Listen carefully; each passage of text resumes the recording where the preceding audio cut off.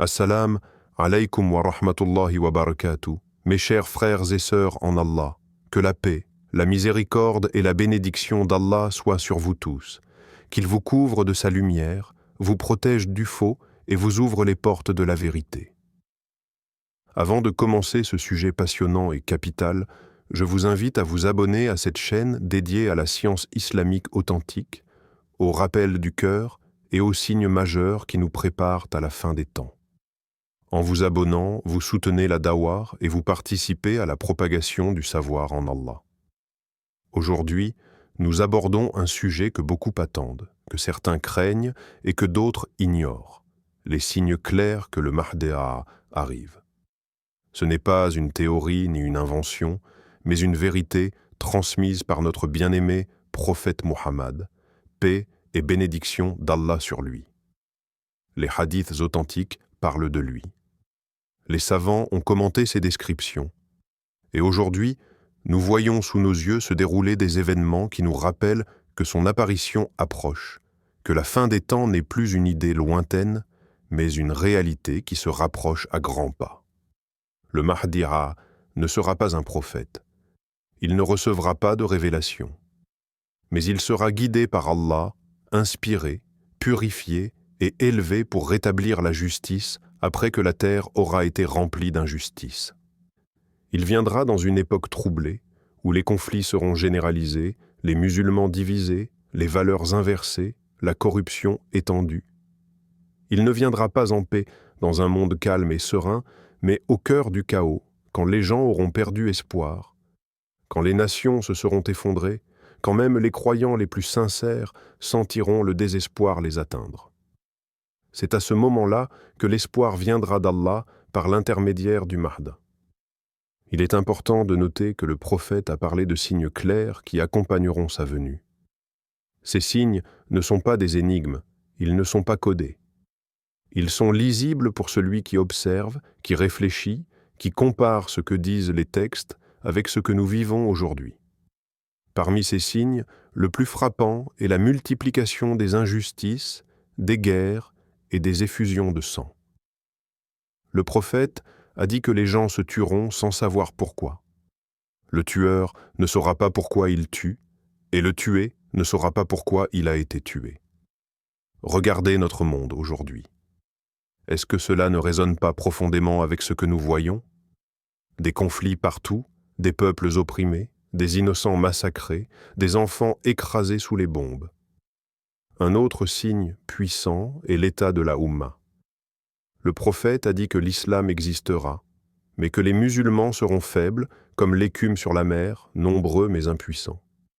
Le Mahdi viendra dans une époque où les musulmans auront été humiliés, divisés, trahis, où même les pays islamiques se tourneront les uns contre les autres. Et aujourd'hui, qu'observons-nous? Des musulmans dans la pauvreté, dans l'exil, dans l'oubli, pendant que certains gouvernements ferment les yeux ou participent à l'oppression.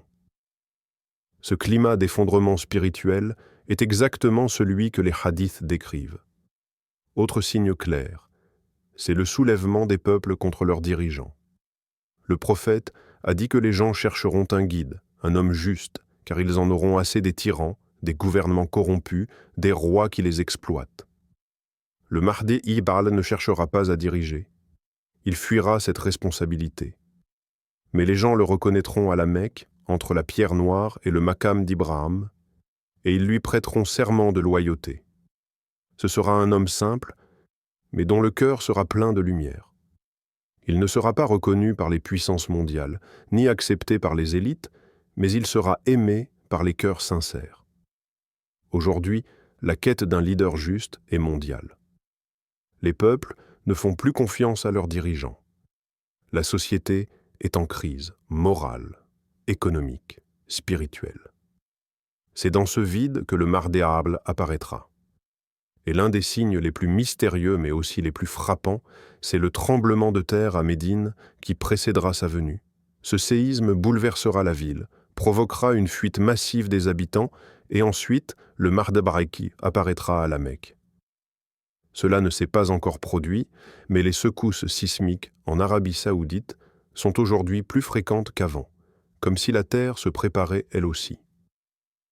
Un autre signe est la lutte contre les ennemis de l'islam, notamment contre ceux que les textes appellent le Soufyan, un tyran impitoyable issu du Levant, Bilad al-Sham, qui sèmera la terreur. Ce personnage apparaîtra avant le Mahdi arabe. Il fera couler le sang, il persécutera les croyants, mais Allah permettra au Mahdi arabe de triompher de lui. Cette confrontation est un signe majeur, et aujourd'hui, les tensions au Levant, en Syrie, au Liban, à Gaza, ne cessent d'augmenter. Tout est en place, tout s'enchaîne comme annoncé.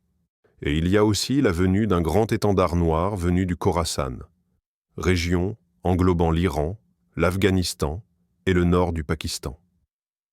Des combattants viendront avec sincérité, non pour dominer mais pour soutenir le Marda'al. Ce drapeau noir est un signe prophétique très ancien, rapporté dans plusieurs hadiths. Ces gens viendront, marcheront jusqu'en Terre Sainte et aideront à établir la justice. Enfin, il est dit que l'injustice mondiale sera à son apogée. Et aujourd'hui, ne vivons-nous pas cela? Des lois injustes, des peuples écrasés, des vérités étouffées. Le mensonge est partout, l'honneur est perdu, l'innocent est puni, le voleur est glorifié, le prophète l'a dit, viendra un temps où le menteur sera cru et le véridique sera traité de menteur. N'est-ce pas exactement ce que nous voyons aujourd'hui dans les médias, dans la politique, dans les sociétés? Tous ces signes, mes frères et sœurs, ne sont pas une coïncidence. Ils sont des rappels. Ils sont des preuves. Et si notre cœur est vivant, il les reconnaît. Le Mahdi il viendra. Il est une promesse divine.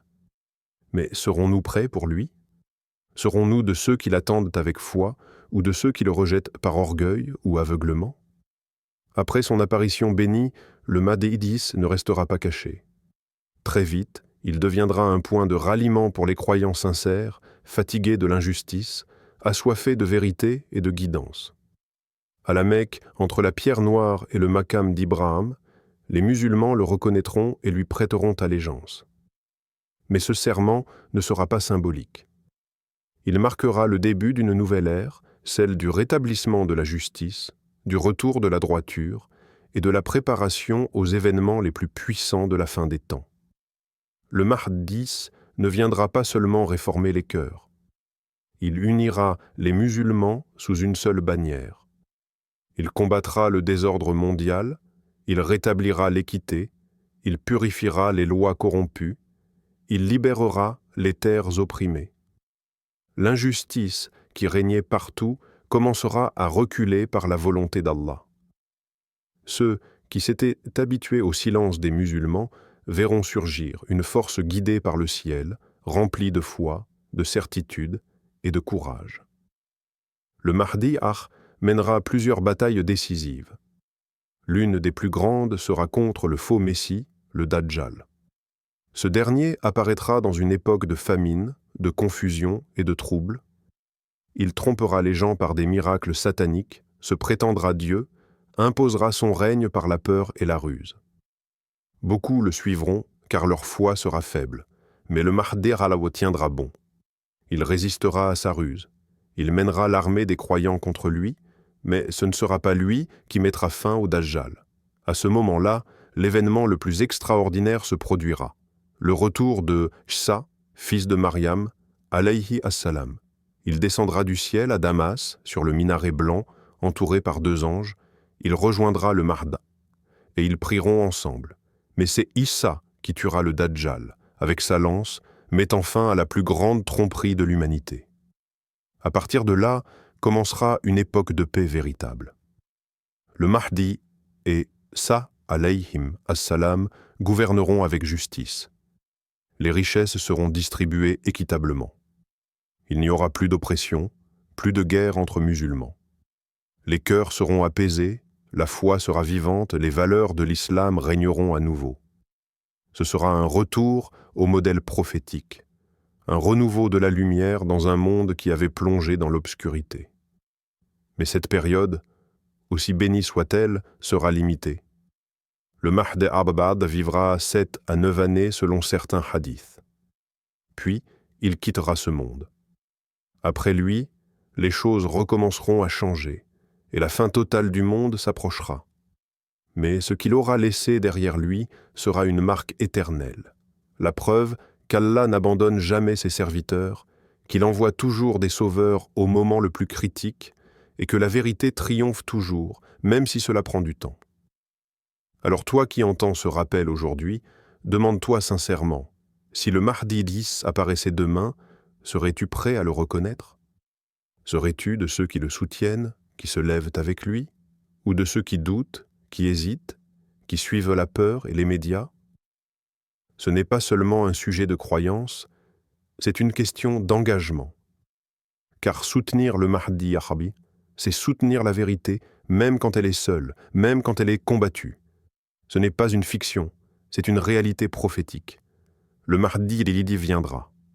Il marchera sur terre, il guidera, il unira, il combattra, il protégera.